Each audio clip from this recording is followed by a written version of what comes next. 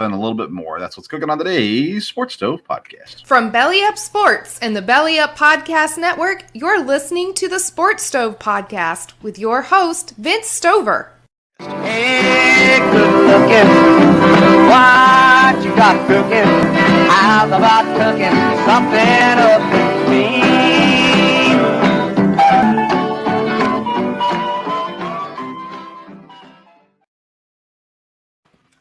Welcome into an all-new edition of the Sports Stove Podcast, presented by In the Clutch, officially licensed apparel for Major League Baseball, Major League Baseball Players Association, NHL, and so much more. Get your t-shirt from In the Clutch at intheclutch.com. Use the code SPORTSSTOVE. Get 10% off your purchase. Welcome back into the Sports Stove, and welcome to Dad. Dad, how you doing? Doing good. So things are right around the corner from getting wild, right? I mean, the NFL stuff is really going to be kicking up here in the next month or so. We're closing down the NHL, closing down the NBA, getting into the midpoint of Major League Baseball here pretty soon as well. So a lot of things happening in the world. Let's start with NHL. We don't talk a whole lot of NHL, but they are to the Stanley Cup Finals now. Tampa Bay moves on. They'll be facing Colorado. Tampa is one of those teams, from what I understand, I mean, they're going for a three-peat, but going into the playoffs, it didn't seem like a whole lot of people were expecting Tampa to get there again this year, and yet here they sit. So welcome back, Tampa, right? Yes. Yeah, like I said, the way they finished the season as far as their standings, and they started out with Florida, who'd been number one team there. But yeah, Tampa's got a great team. They've obviously been there and been there the last few years, and they're on the brink now of really, legendary type status. They win 3 in a row. There, of course, you have Stamkos, you have some great players, but Colorado has been, I think, the best team all year. And they've been playing great in the playoffs also. So it should be a very good Stanley Cup final. But I think, I don't know who's favored, but I would think Colorado may be, just because of their standings all year, and they've gone through the playoffs pretty well. Yeah, my in-laws live down there in Tampa, and so lots of billboards and stuff that when I've been down there to watch them. I'm looking to see right now. Looks like ABC's carrying the games along as ESPN. So they got the NBA and the NHL games going on. You mentioned Stamkos, who's leading Tampa in a couple different categories. And then Colorado has, from what I understand, and I don't claim to be a NHL expert, but Colorado has a pretty young squad, don't they? Yes, they do. And their best player is a young guy, and but like I said, they've been consistent and kind of ran away with things all year there in the West. So should be good. And I'm sure, Denver fans, everything I've seen, they are really ready for this. Of course, they've won one cup, I believe, but, good fans out there. So I think this will be a good Stanley Cup playoffs. So you got some good star power. Yeah, their top 3 leaders in points for Colorado, 23 years old, 26 years old, 25 years old. Young squad there. And again, Tampa back again 3 years now in a row. And as you mentioned, a chance to make a lot of it. Really would be a little bit more of a surprise this year than maybe the past Stanley Cup championships as well. So they come in goalie-wise. Do you know anything about the goalies from these teams? I know the guy at Tampa's been good for quite a while. I can't say that I can tell you. When I hear his name, I'll probably know him. But Vasilevsky from Colorado. Oh, Colorado, yeah. Tampa's got Vasilevsky. Colorado has Cooper. That doesn't. I don't know. Like I said, I know they've played well all year. So I think, and like I said, a hot goaltender can make a difference here. But you got a lot of scoring power on both these teams. Yeah, Colorado's played 2 different goalies throughout. 10 games for Cooper, 6 games for Francouz. Tampa has only played the 1 goalie all playoffs long. which tends to make you believe that maybe he's the hotter goalie if they haven't had to sit him down at all, or maybe they don't have depth. Again, I'm very ignorant when it comes to these teams, especially in the NHL. But because we're a show of sports facts, we got to predict the NHL finals. I picked Tampa going into the playoffs, kind of out of dumb luck. So I'm going to go with Tampa in 6 in this series. What's your pick for the NHL Stanley Cup Finals? I would go with Colorado in 7. Again, I think it'll be a good series. They'll be, go. I think it could easily go 7 games, and Colorado's been the better team, so I'll go with them. But I think either one, could win, and I don't dislike either team. So, okay, I mean, you should be cheering for America, but here I am picking the Canadian team. So, what does it matter? They're all Russians, anyways. Speaking of foreign countries, let's talk about some golf. The LIV Tour had their first tournament games weekend, whatever, this past weekend. Did you tune into any of it? I didn't. I did keep up with the leaderboard on all of it and tried to follow where it was going there, but I did not watch any of it. So I tuned in for a little bit, and it was a golf tournament. It didn't, to me, the entertainment value of it wasn't much different than watching PGA Tour. There was a little bit with the leaderboards and the teams and different things, but overall, it was pretty much a golf tournament. It was what I watched. I enjoyed. And, I don't know if it's going to draw a ton of people in or not. They've had, I think it was 10 or 20 PGA Tour members that have left and went to the LIV. And I think you're probably going to get more. And the reason why I think that is because the winner of the tournament, Charles Schwartzel, he wins $4.75 million for winning the tournament, individual winner. And one of his teammates in second place got $2.875 million for second place. Charles Schwartzel said he won more money in one weekend at LIV than he won in 4 years combined with the PGA. And money is what talks in many cases. And I have a feeling that we're going to see eventually more and more people leaving the PGA to play in the LIV Tour because of that big payout that received. It was $3 million for winning and another, or maybe $4 million for winning another 75, 750, whatever it was for his team winning, something to that effect as well. So it all combines for $4.75 million. What do you think, Dad? Do you think the money is eventually going to drive more people there? Or do you think kind of what we've seen already defect is kind of going to be all that there is?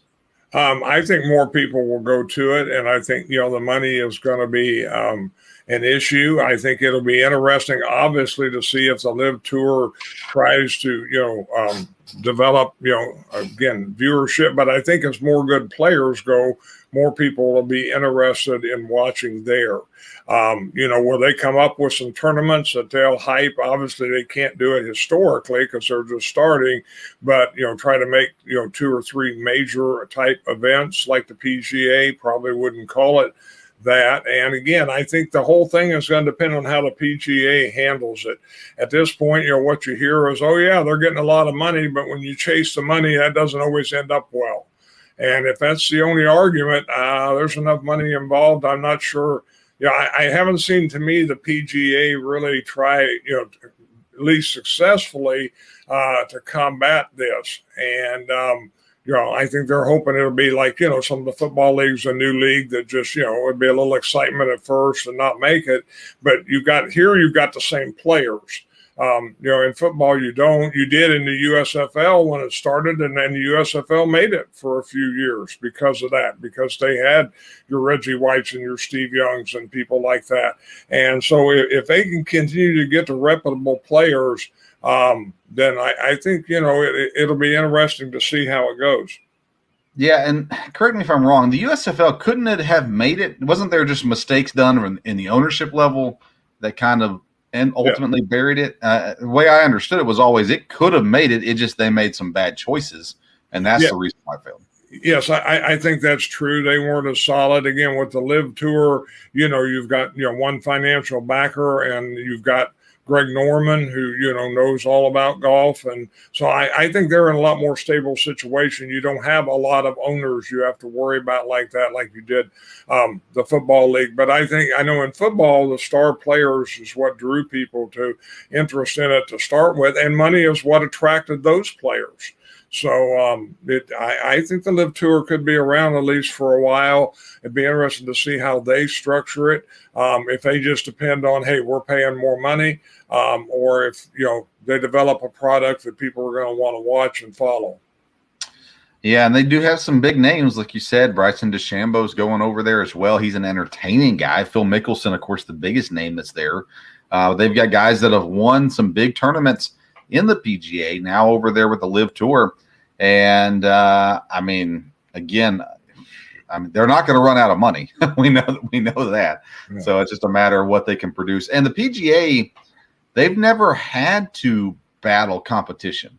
So I'm not sure how prepared they were. When you think of golf, you think of older guys, and you think of these courses that have old guys running and all these kinds of things.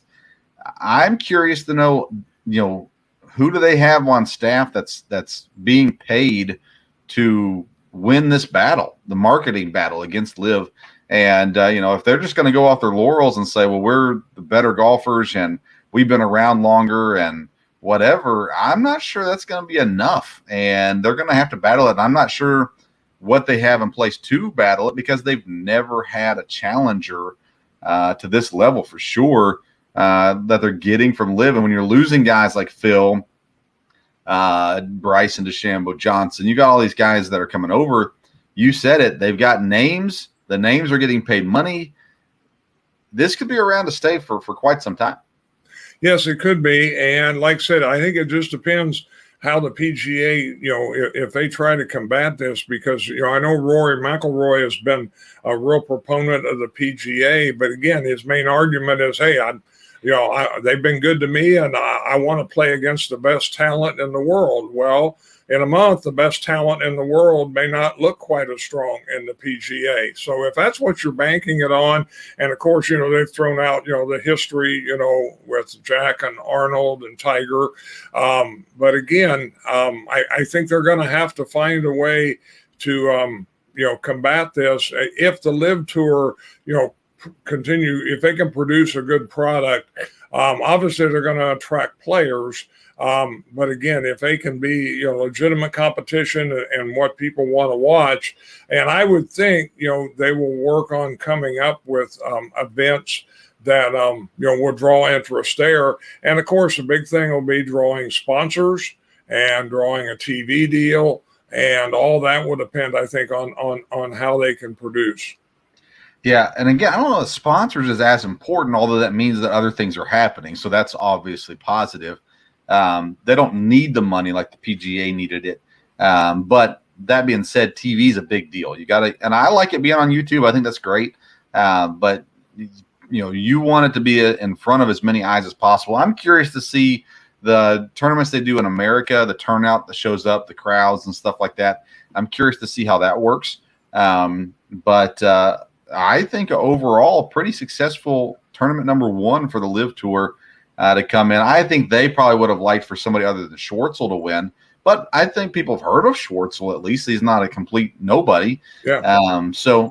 But I think when the bigger names win, and you'll get those in future tournaments, maybe that draws some more interest to them as well. Yeah, well, like you said, I know who Schwartzel is. As I was watching the leaderboard, I thought, wow, this is a guy, but yeah, I've watched play and I've seen play. So I think that was better than someone no one had heard of at all. Yeah. Yep, I agree. Let's go to the NBA. The NBA Finals are off and running, tied 2-2 in the series. They both split. Let's see. I guess I forget how I forgot they changed a while back how they're doing that. But 2-2 the series, Golden State and Boston. It looks like it's going 7 games, doesn't it? It does. It does. I think it will go 7 games. Boston didn't play a real good game this last time. I think they can come back and play better. And I think there's definitely a good chance for it to go 7 games. Kind of seesawing back and forth. Nobody's won 2 in a row yet. I think we see in these games that Boston has won, that they're just super talented. Defensively, they're really good. I think we've seen in the games that Golden State has won, I think they're the better team. Whether or not they'll win it is still in question, but I think Golden State, and when you see them playing together, I just think they're the better team. Boston, though, has a lot of fight and some young superstars. Jason Tatum, just smooth. Just watching him the other night, I was sitting there watching with the boys and with my kids, and I said, my goodness, he's just smooth. He can do just a little bit of everything and looking great doing it. I still think Golden State's going to win overall, but it could be the problem I'm having with these NBA playoffs, Dad, is even though the series have been close, the games really haven't been close. It seems like there's always a little bit, maybe not a complete blowout, but a lot of distance between these teams come to the end of the game. And I don't know, I miss the old come down to the last second kind of thing. I don't like these being, winning by 16 to 20 to 30 points. To me, that's not as entertaining. Yes, I think that's true, and it'll be interesting to see how these final games come down. Of course, to me, the NBA is always different about that. If you're worried about who's winning, you don't need to watch it until about midway through the fourth quarter and then see where everything happens there. And yeah, we may have some nail-biters here before it's over. We'll see. Steph Curry, I know you don't watch a lot of NBA. Do you have an opinion on where he should be in the all-time ranking? Well, like I said, you give me a little heads up that we're going to look at this, so I had a little time to think about it and look at it. I mean, he is obviously a great player. They say he gets credit for changing the NBA as far as shooting and everything is concerned, three-point shooting. And, I've been very impressed watching him in the playoffs. Like you said, when you talked about the Warriors being a great team, he distributes the ball and, he can control things there. So, yes, I think he will end up, being, one of the greats. To me, I looked at it, I kind of had 6 names right at the top. And then I think he would be in the next wave of 6 or 8 players, from there. At least it sure looks like that's what he has potential to end up being. So let's talk about it in tiers then. Do you have 6 players in tier 1, or do you have a tier 1, then a tier 2 that includes the next 4 or 6? I have 6 players in tier 1.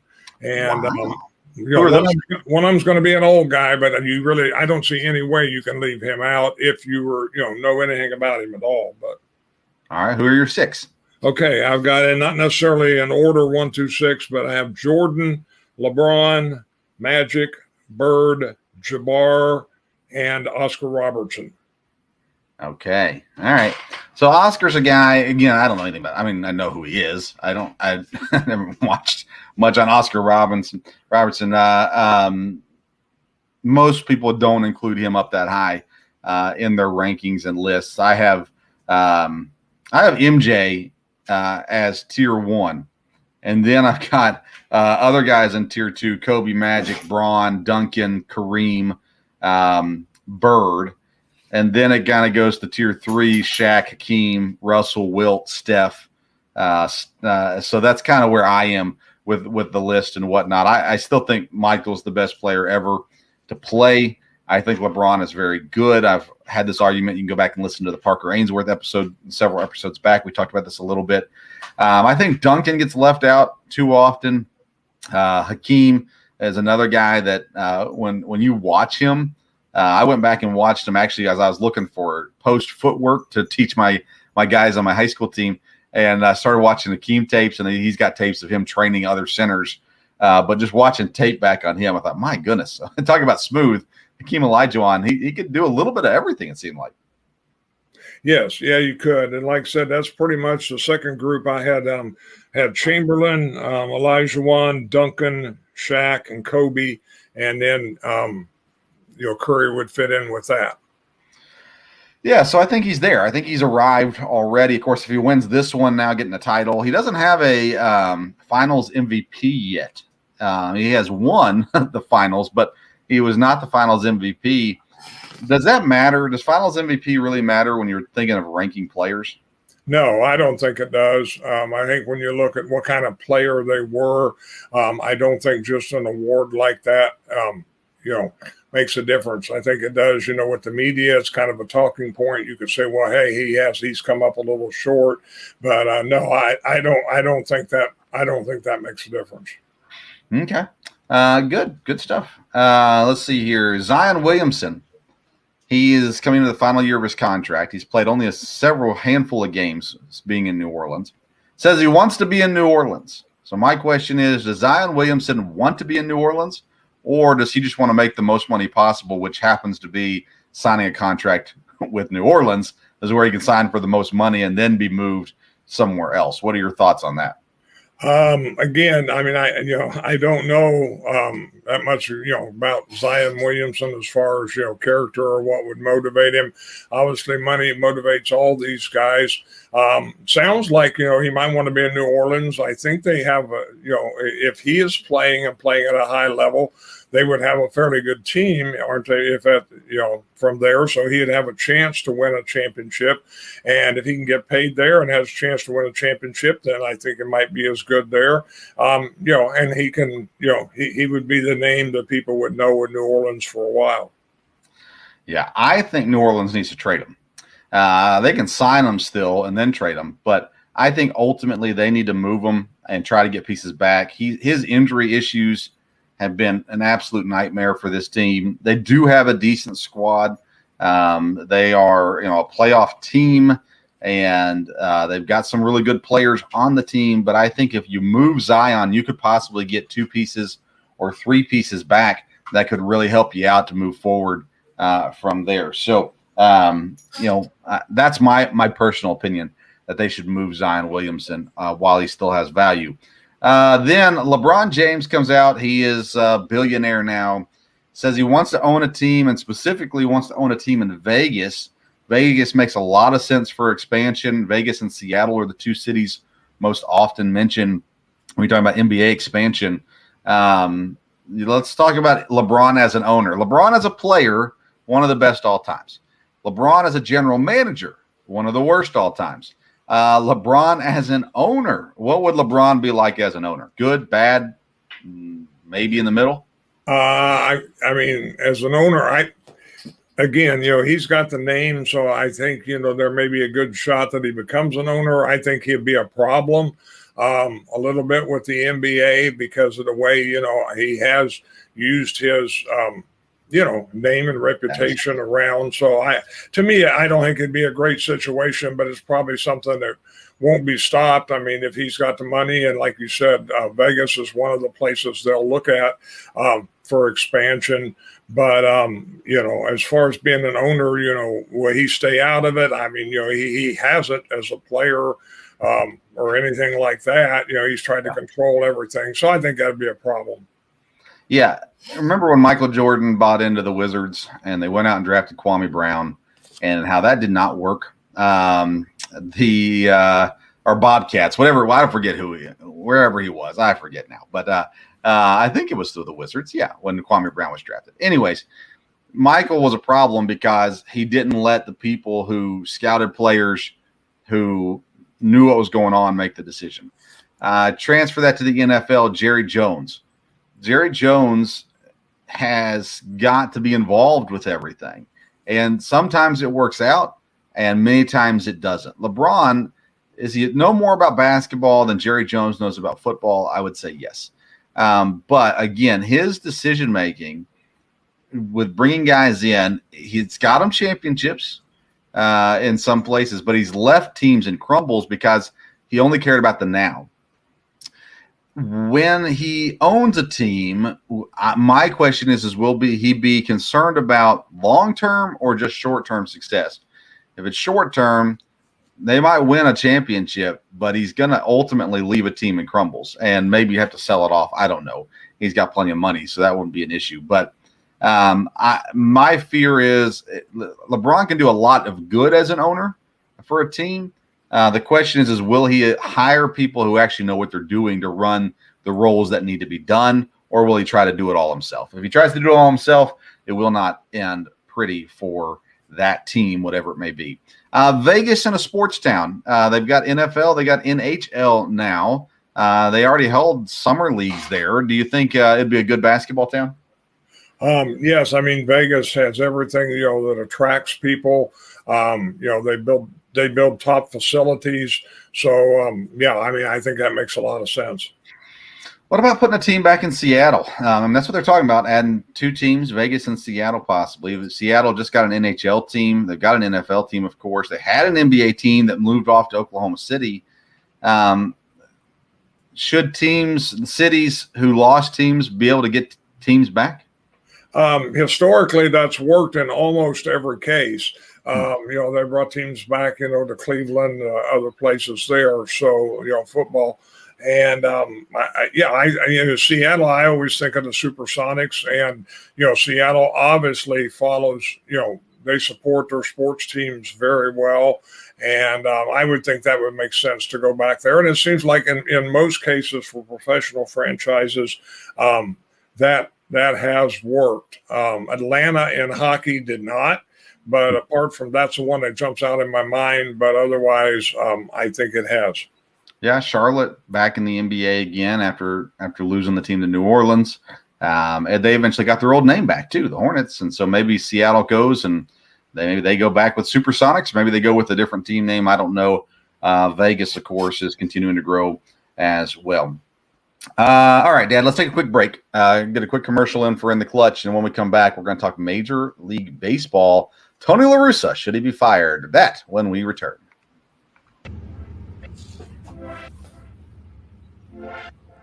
InTheClutch.com, the newest sponsors of the Sports Stove podcast, and we are excited to partner with InTheClutch.com. They have officially licensed apparel and accessories for your favorite sports teams and athletes. Use code SPORTSSTOVE and get 10% off your first purchase. You can find shirts like I Still Own You from Green Bay Packers. Are we talking about practice?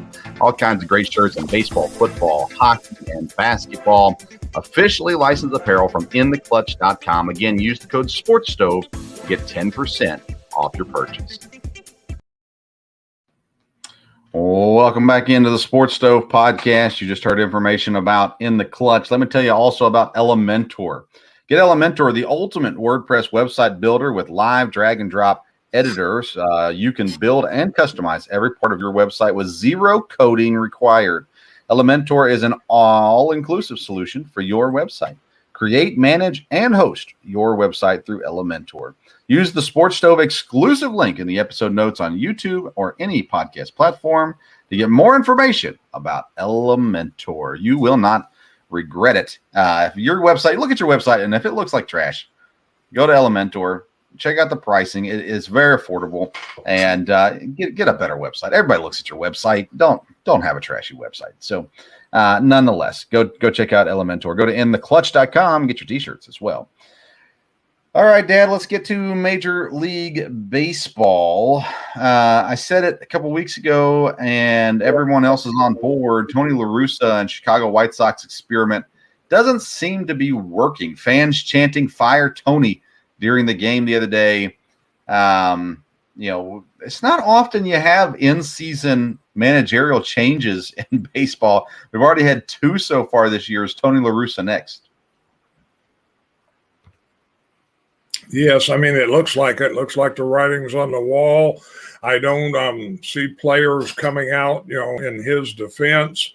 And I think maybe he's lost the control there or lost the excitement of it.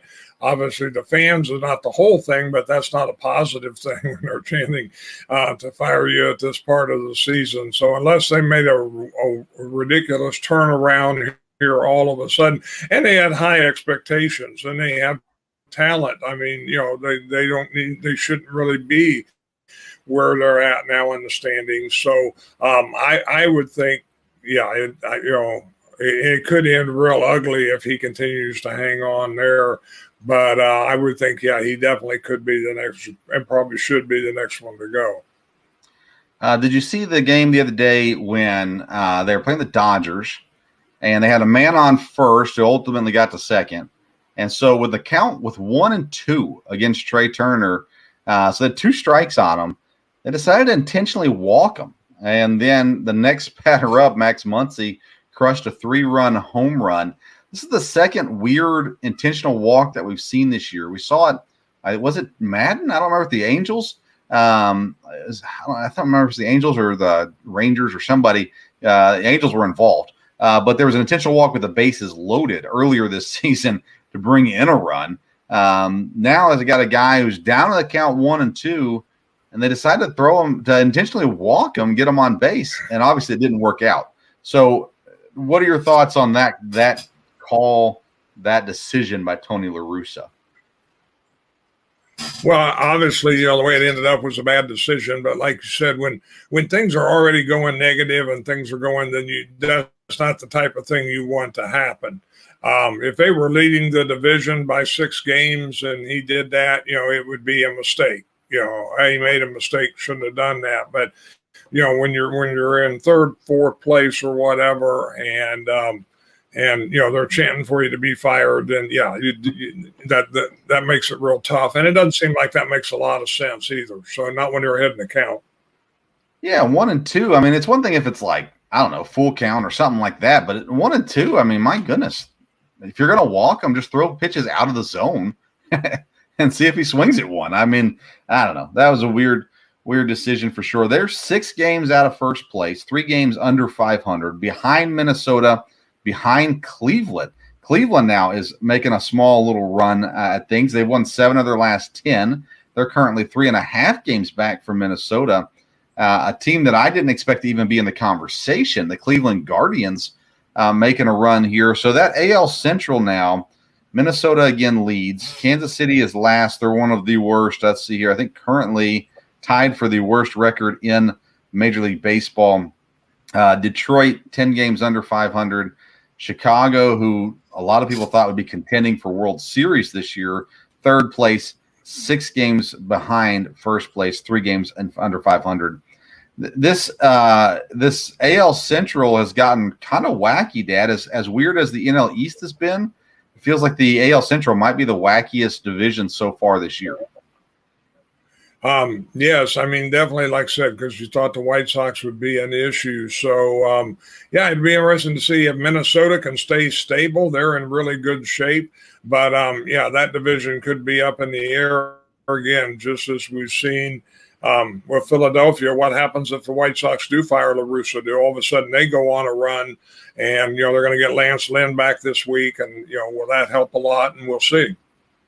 Yeah, they get Lynn back. They get Jimenez back here pretty soon as well. So AL East is kind of still same as it has been. New York in the lead with Toronto, Tampa back there battling for 2nd and 3rd place. AL West, Houston, 8 games up on the Angels. Houston, the only team over 500 in that division. Angels and Rangers and Mariners all piled together. The A's, a really bad team this year. Are the Angels, the Rangers, or the Mariners, any of those 3 going to make a run here at some point this season and get back in the hunt for the wild card? If it would be anybody, I think it might be Seattle. But again, they've underachieved. We've talked about that. But again, the Astros, they've got a good team, and it looks like they've got things under control. And historically, they should be in good shape. Texas had some big offseason acquisitions, especially at the middle of the infield there with Simeon and Seager. But it seems like maybe things are starting to turn around for them a little bit. But they'll have to definitely continue to push things up. National League East, teams are finally waking up from the dead. Atlanta and Philadelphia now both over 500. Mets still lead the division. They're 5.5 up on Atlanta. Atlanta on a 10-game win streak. Philadelphia on a 9-game win streak. Miami on a 5-game win streak. And Washington on a 2-game win streak as well. So it's a streaking East right now. And Atlanta, the defending champs, making a run here at the Mets before the Mets have a chance to get healthy. Yes. Again, the Mets have played real well, but if they stumble at all, and again, no, I mean, you're talking about 10-game and 9-game winning streak. They're not going to keep that up forever, but it's making for a much more interesting division than it looked a couple weeks ago. Yeah, another league, streaking is the National League Central, but they're streaking the wrong direction. Milwaukee on an 8-game losing streak, Pittsburgh on 5-game losing streak, Cubs on a 5-game losing streak, Reds on a 4-game losing streak. St. Louis now sits in first place, a game and a half up on Milwaukee. Milwaukee has been horrible over this stretch, and St. Louis has been average to above average. So St. Louis takes over first place. I still think Milwaukee gets it together, gets healthy, and wins the division. But St. Louis is going to be right there the entire way. The other teams, even though they're not horribly far out necessarily, they're not going to catch up. So not worried about them. Milwaukee and St. Louis, I'll ask it again. You know, well, do you have an opinion on Milwaukee with losing 8 straight?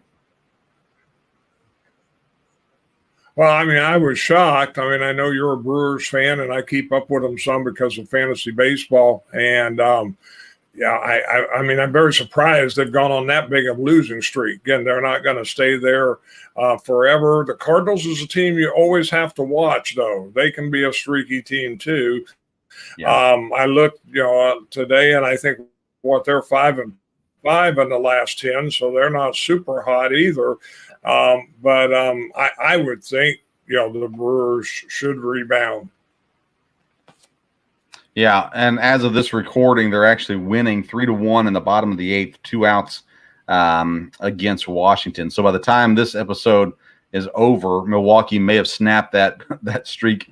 Hopefully, Josh Hader can come on and finish things off for Milwaukee. It's been painful to be a Brewers fan here these last couple weeks. In the NL West, San Diego is a half a game out on the Dodgers. San Francisco's 4.5 back. Arizona and Colorado, I think we've counted them out now. This is it's going to be another fun year with the NL West. And San Diego, remember, they're still missing Fernando Tatis, so he's going to come back eventually. And is this the year San Diego overtakes the Dodgers? You remember Walker Buehler's out now for a couple months. So is this a big opportunity for San Diego?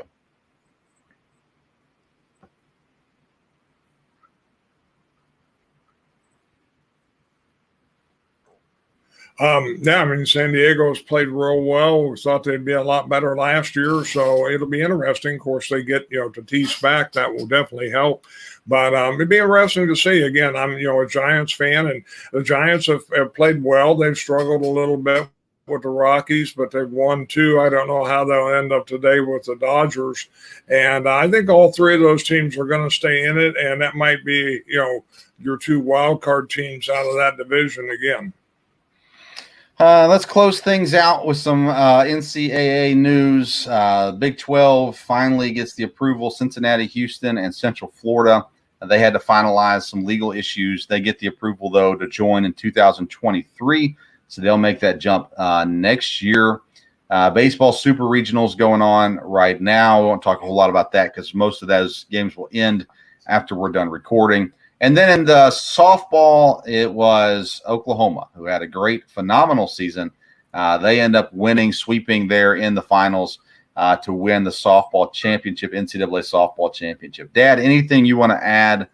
We're having a little delay on you, but anything you want to add on NCAA stuff? Like you said, congratulations to Oklahoma and softball. They were really dominant there. And I think sports fans, it's always kind of fun to watch the Baseball World Series. And I think it will be this year. You always can have teams that, were not as highly ranked. And that's what you have so far. Like I said, of this recording, you have 2 teams that were not highly ranked. The lowest ranked team in the tournament, they have advanced. And another team that was not highly ranked has advanced. And, I'm sorry for that because Tennessee was one that did not. But I think the Baseball World Series will be fun to watch over the next couple of weeks there. Yeah, Tennessee Notre Dame was a fun little series, pretty active series there as well. All right, I have covered everything I had planned to cover, Dad. Anything else that you want to add before we sign off? No, I mean, like I said, there's, lots of stuff happening and things to follow with the, NHL, NBA playoffs here over the next week for sure. And baseball season, I'm sure, has a lot more excitement left in it. All right. Go to Twitter and Instagram. Follow us at Sports Stove. Make sure you rate, review, like, subscribe, all those good things as well, wherever you're watching or listening. Go to InTheClutch.com. Use the code SportsStove at checkout for 10% off your purchase. And don't forget about Elementor, making your website look professional. Use the exclusive Sports Stove link in the podcast notes or in the YouTube episode description as well. We'll be back with a new episode Tuesday evening and Tuesday live, Tuesday evening on YouTube. And then it'll come out for audio on Wednesday morning and Belly Up TV Wednesday morning as well. Thank you so much for tuning into today's Sports Stove podcast. Until next time.